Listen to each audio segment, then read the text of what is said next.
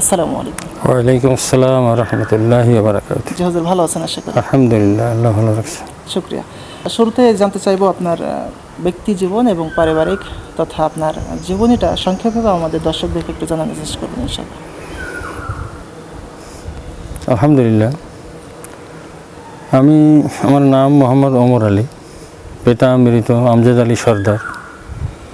আমার গ্রাম হচ্ছে রায়টা, কলরা উপজেলা। বর্তমান ঠিকানা তুলসীডাঙ্গা, কলরবা। আমার শিক্ষা জীবন আমার গ্রামের প্রাইমারি স্কুল প্রাথমিক বিদ্যালয় থেকে শুরু হয়। 1967 সালে আমি চতুর্থ শ্রেণী শেষ করে ঐতিহ্যবাহী দক্ষিণবঙ্গের প্রথিতযশা আলেম, যাকে আলেমকুলের শেরে বাংলা বলা হতো, আল্লামা মঈজউদ্দিন হামিদী রহমতুল্লাহ আলাইহির প্রতিষ্ঠিত মাদ্রাসা হামিদপুর মাদ্রাসা তদানীন্তন দাখিল আউয়ালে আমি ভর্তি হই 1968 সালে। 1973 সালে আমি দাখিল পাশ করি। 1975 সালে ভালো শিক্ষা গ্রহণ করবার জন্যে জীবনের অনেক ঘাত প্রতিঘাত এটাকে উপেক্ষা করে আমি বাংলাদেশের শ্রেষ্ঠতম একটি প্রতিষ্ঠান পিরোজপুরের সারসিনা দারুস সুন্নাত কামিল মাদ্রাসায় আলিম ভর্তি হই। দুঃখজনক হলেও আলিম প্রথম বর্ষে পড়াকালীন অবস্থায় আমার পিতা মৃত্যুবরণ করেন। তার আগেই সপ্তম শ্রেণীর ছাত্র অবস্থায় আমার মা মারা যান, আম্মা মারা যান, যে কারণে পরবর্তীর ফাজিল এবং কামিল আর সেখানে পড়াশোনা আমার দ্বারা সম্ভব হয়নি। ভাই বোনদের মধ্যে আমি বড় এবং আমার ছোট ছোট 3টে ভাই বোন থাকার কারণে মা বাবারা এই বাচ্চাগুলিকে নিয়ে অনেক কষ্টে ঘাত প্রতিঘাতের মোকাবেলায় 1979 সালে আমি শাহবাদ নড়াইল জেলার বর্তমান নড়াইল জেলার শাহবাদ মজিদিয়া কামিল মাদ্রাসা থেকে আমি কামিল পাশ করি। এরপরে 1977 সালে ফাজিল পাশ করবার পরপরই সাতক্ষীরা জেলার কালীগঞ্জ উপজেলার নলতা ইউনিয়নের ইন্দ্রনগর ওসাইনাবাদ সিদ্দিকা দাখিল মাদ্রাসার সহকারী মৌলভী হিসেবে যোগদান করি। কর্মজীবন আমার ওখান থেকে শুরু হয় 77 সালে।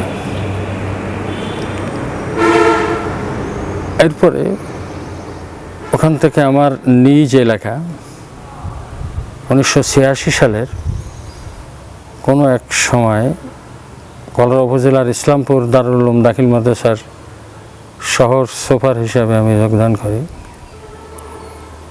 এরপরে 1988 সালের ঐতিহ্যবাহী কলরা আলিয়া মাদ্রাসা প্রতিষ্ঠিত হয়। সেই প্রতিষ্ঠার লগ্ন থেকেই অত্র মাদ্রাসায় আমার অবসরের পর্যন্তই এই দীর্ঘ সময় অত্র মাদ্রাসার আরবি প্রভাষক হিসেবে দায়িত্ব পালন করে 2020 সালের 1 জুন থেকে আমি অবসরে যাই। পারিবারিকভাবে ছেলেমেয়েদের অবস্থান? আমার বৈবাহিক জীবন শুরু হয় খুব ছোটবেলা থেকেই। আমার আম্মা মারা যাওয়ার কারণে পারিবারিক এবং পিতা বেঁচে ছিলেন ওই সময়, এবং ওই সময়ে আমার শিক্ষক মণ্ডলীও জোরালো সম্মতি এবং সিদ্ধান্ত নিয়ে আমাকে খুব ছোটোবেলায় আমাদের বিয়ে শাদী হয়। 1973 সালের নভেম্বরে আমার দাখিল পরীক্ষা হয়। সেই একই সালের দাখিল পরীক্ষার আগের এপ্রিল মাসে আমাদের বিবাহ সম্পন্ন হয়। স্বামী স্ত্রী আমরা ওই সময় ছোটই ছিলাম বলা যায়। যাই হোক, তারপরেও এলাকাবাসীর অনেক সহানুভূতি আমার প্রতি ছিল। আত্মীয় স্বজন খুব বেশি ছিল না, কারণ এতিম হওয়ার কারণে আত্মীয় স্বজনের অনেক সময় সত্য কথা বলতে আমরা সেভাবে পরিচিতি অনেকেরই পাইনি। তারপর আল্লাহ তাআলার অপরন্ত মেহেরবানি, পিতামাতার দোয়া, আমার ওস্তাদদের খুব আন্তরিক সহযোগিতা ছিল, মিলেই মোটামুটি আমি একটা পর্যায়ে এসেছি। এরপরে আমার সন্তানাদি, আমার প্রথম সন্তান মেয়ে। যাই হোক, পরবর্তীতে আমার 4টা মেয়ে এবং 2টা ছেলে। আপনার এমন কোনো স্টুডেন্ট বা ছাত্র তৈরি হয়েছে যারা দেশ এবং জাতির কল্যাণে নিয়োজিত আছে? আলহামদুলিল্লাহ অনেক হয়েছে। আমার প্রাণপ্রিয় ছাত্র আব্দুল কাদের রুহানি, অনেক ছাত্র, ভালোবাসার ছাত্র সবাই, তার মধ্যে আব্দুল কাদের রুহানি আমার জীবনের এই পড়ন্ত বেলায় বলা যেতে পারে যে আমার ভাঙা ভাঙা কিছু সাক্ষাৎকার গ্রহণ করবার জন্য এবং যুবক মানুষ হিসেবে, একজন আলেম হিসাবে স্ব জায়গা থেকে একজন আলেম হিসাবে তার অবস্থান থেকে আমার স্মরণ করবার জন্য তাকে আন্তরিকভাবে ধন্যবাদ জানাই। আমার শিক্ষকতা জীবনের যে ছাত্রটির কথা প্রথমেই বলতে হয়, তার নামটি হচ্ছে রুহুল কুদ্দুস। তার বাড়ি হচ্ছে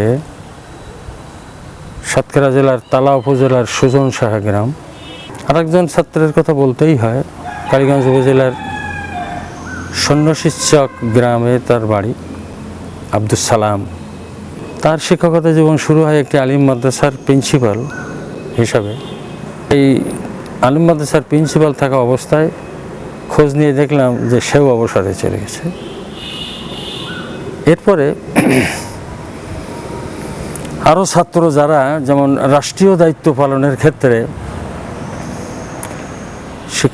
শিক্ষা জীবনে তো ঢাকা ইউনিভার্সিটি থেকে শুরু করে বাংলাদেশের প্রায় ইউনিভার্সিটিতে আমার অনেক ছাত্ররা ভালো রেজাল্ট করছে, বর্তমানেও আছে এবং রাষ্ট্রীয় অনেক গুরুত্বপূর্ণ দায়িত্ব পালনে আছে। একটি ছাত্র তো এই গ্রামেই বাড়ি, তুলসীডাঙ্গা এই আলিয়া মাদ্রাসার পিছনেই বাড়ি, যে সে এখন খাগড়াছড়ি না মানে ওই এলাকার কোন জেলা প্রশাসকের দায়িত্ব পালন করছে। এরপরে বিসিএস ক্যাডার, বিশেষ করে শিক্ষা অনেক ছাত্ররা আছে, যা বলতে গেলে অনেকের নামই মনে করতে পারবো না। এরপরে ব্যাংকার, তারপরে প্রশাসনিক ক্যাডারে আমার অনেক ছাত্র আছে। আমরা যতটুকু জানি যে দক্ষিণবঙ্গে আপনার নাম শোনা মাত্রই আপামর জনতা সবাই অধীর আগ্রহ নিয়ে কিন্তু ওয়াজের মাহফিলে তারা উপস্থিত হয় এখনো পর্যন্ত। তাফসীর জগতে আসার পেছনে আপনার ভূমিকা বা কিভাবে আসলে? আসলে সত্য কথা বলতে এটাই সত্য যে খুব ছোটবেলা থেকেই, এখন তো বয়স হয়ে গেছে অনেক, আমার কণ্ঠস্বর আমি ভালো বুঝি আর না বুঝি, তবে একেবারে তৃণমূল পর্যায় থেকে শুরু করি যে সকলের কাছে যেন একটা প্রিয় ছিল বলে আমার মনে হইতো। ওই সময় মাদ্রাসা যাওয়ার পথেও জানাশোনা লোকদের কাছে জিজ্ঞাসা করলে, দেখা হলে বলতে, বাবা দাঁড়াও একটু, মাদ্রাসার টাইম চলেছে, না তুমি একটা তেলাওয়াত শুনিয়ে যাও, আর না হলে একটা গজল শুনিয়ে যাও। এই সময় গজলই বলতো, হাতাড়িতে পারতাম না। এমনও ছিল এক সময় যে আমি ছাত্র জীবনে লজিং থেকেই আমাকে লেখাপড়া করতে হয়েছে, পারিবারিক কারণে, আরও নানাবিধ কারণে। তো যে এলাকায় লজিং থাকতাম, ওই মসজিদে যখন আমি আজান দিতাম তখন মাইকের ব্যবস্থা ছিল না। তো আজান শেষে আমি দেখতাম পাশে রাস্তায় সাইকেল ব্রেক করে সব দাঁড়িয়ে আছে আমার আজান শেষ না হওয়া পর্যন্ত। এরকম একটা আল্লাহর দান আমার ছিল ছোটোবেলা থেকে। কিন্তু বক্তৃতার জগতে আমি নিজে উদ্বুদ্ধ হয়ে আমি কখনো কোনো সময় অনুপ্রাণিত হইনি। প্রথম দিকে আমার বন্ধুবান্ধব এবং আমার উস্তাদ সমতুল্য অনেক মুফাসসির যারা বক্তৃতার জগতে অবদান রেখেছেন, তারা আফসোস করত এভাবেই যে কণ্ঠস্বর আল্লাহর দান, তোমার বাবা এত সুন্দর একটা কণ্ঠস্বর দিল তুমি, তা আমি বললাম যে এটা আমার ভালো লাগে না। কোন কারণে ভালো লাগে না তাও আমি বলতে পারবো না। মানে কত সাল তখন? এটা ওই ছাত্র জীবন থেকেই এবং অনেক তাফসীরকারক এবং বক্তা মুরব্বিয়ান কেরাম আমাকে সঙ্গে নিয়ে যাওয়ার চেষ্টা করেছে, আমি যাইনি। তারপরে কখনো কোনো সময় যে বক্তৃতার স্টেজে আমার একটু সময় দেন, আমি করিনি। তো যাই হোক, শিক্ষকতা জীবনের কোনো এক পর্যায়ে এসে আস্তে আস্তে আমি যেন একটু জড়িয়ে পড়লাম।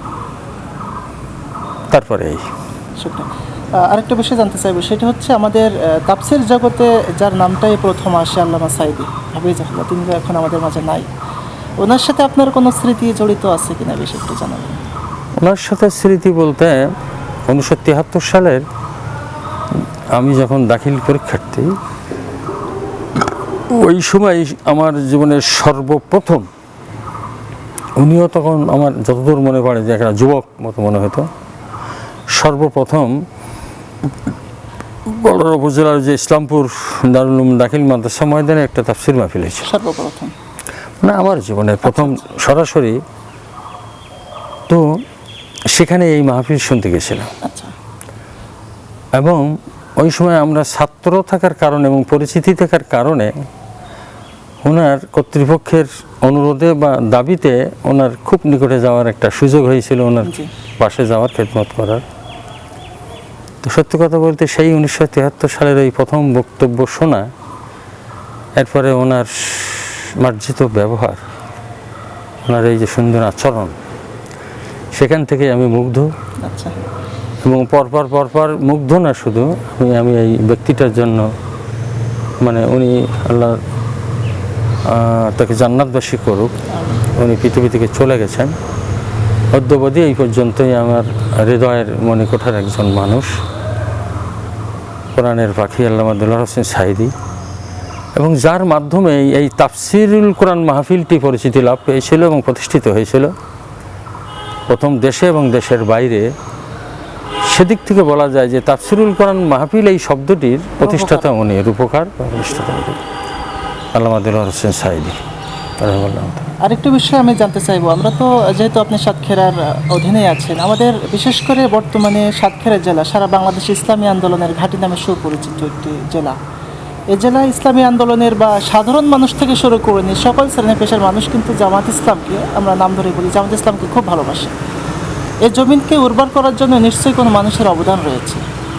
সেই সময়- কারো না কারো তো থাকে। জি জি, তো আমার জানা মতে, এবং এটাই সত্য এবং এটাই সঠিক, সাতক্ষীরা ইসলামী আন্দোলনের এই পর্যায়ে আসার পিছনে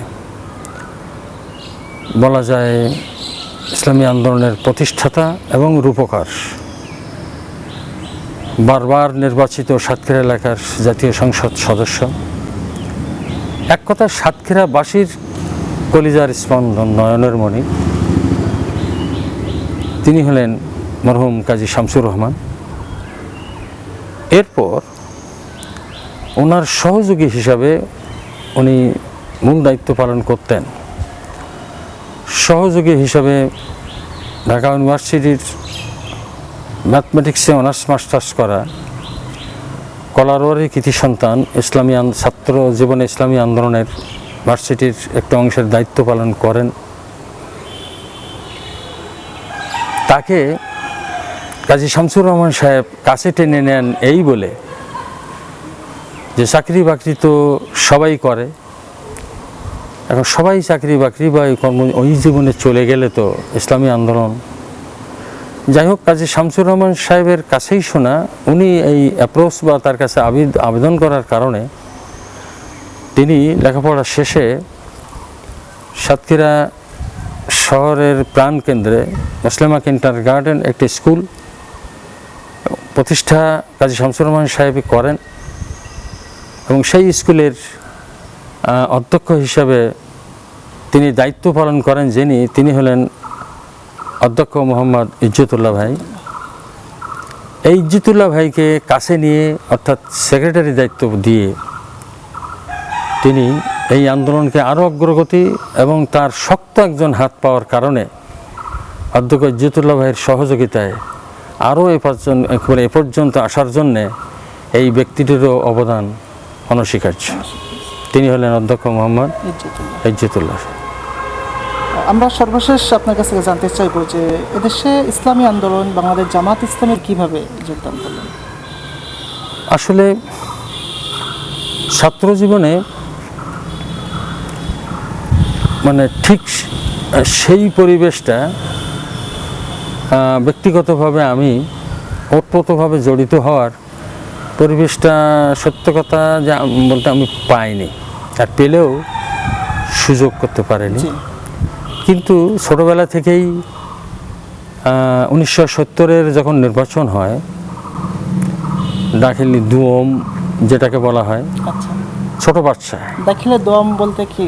এটা হলো যেমন এখন তো কি বলবো না, ষষ্ঠ শ্রেণী বলা যায়। আচ্ছা, আচ্ছা। তো সেখান থেকেই এই আন্দোলন ওই নির্বাচনে যারা যারা অংশগ্রহণ করেছিলেন, কিছু করতে পারি আর না পারি, বলতে আর পারি আর না পারি, তাদের পিছনে পিছনেই ওই ছোট মানুষ ঘুরতাম, ভালোবাসতাম, আন্তরিকভাবে ভালোবাসতাম, ছাত্রজীবন কিন্তু সক্রিয়ভাবে কাজ করবার পাইনি। কালীগঞ্জ উপজেলার ইন্দ্রনগর ওই মাদ্রাসায় যখন শিক্ষকতা করতাম, ওই মাদ্রাসা প্রধান সহ অনেক ভাইদের সহযোগিতা এবং তাদের একটা সার্কেল পেয়েছিলাম সরাসরি জামাত ইসলামীর কাজকাম করবার। তো সেখান থেকে আমি সক্রিয়ভাবে কাজকাম শুরু করি। 1985 সালে যখন আমি এলাকায় চলে আসলাম, তখন এলাকায় চলে আসার পর 1986 সালের জাতীয় নির্বাচনে জামাত ইসলামীর প্রার্থী ছিলেন আমাদের তালাকলরার অধ্যাপক আব্দুর রাজ্জাক সাহেব, প্রতীক দাড়িপাল্লা। তো ছাত্র জীবনও প্রায় বাইরে বাইরে, শিক্ষকতা জীবনের প্রথমটাও বাইরে বাইরে, এলাকায় আমার ঠিক এই ধরনের পরিচিতি ছিল না। তো ইসলামপুর মাদ্রাসার যখন শিক্ষক, তখন এই কি বলে এটাকে, মানে জাতীয় নির্বাচনে যে প্রচারণা, এই জনসভাগুলোতে আমি বক্তৃতা দেওয়া শুরু করলাম। আচ্ছা, তো সেখান থেকে আমার যতদূর মনে হয় যে উপজেলা আমির থেকে শুরু করে দায়িত্বশীলরা এবং আমার ইউনিয়নের যিনি দায়িত্বশীল ছিলেন, আল্লাহু আকবার, প্রখ্যাত আলেমে দ্বীন মাওলানা আসিরউদ্দিন সাইদা সাহেব মুরব্বী, ওনাদের টার্গেটে বা নজরে পড়ে গেলাম, পরে বুঝলাম। আচ্ছা। যাই হোক, ওনাদের চেষ্টা প্রচেষ্টার তাগিদে অল্প সময়ের ব্যবধানে আমি 1997 সালের বায়াত গ্রহণ করি। এরপরে 98,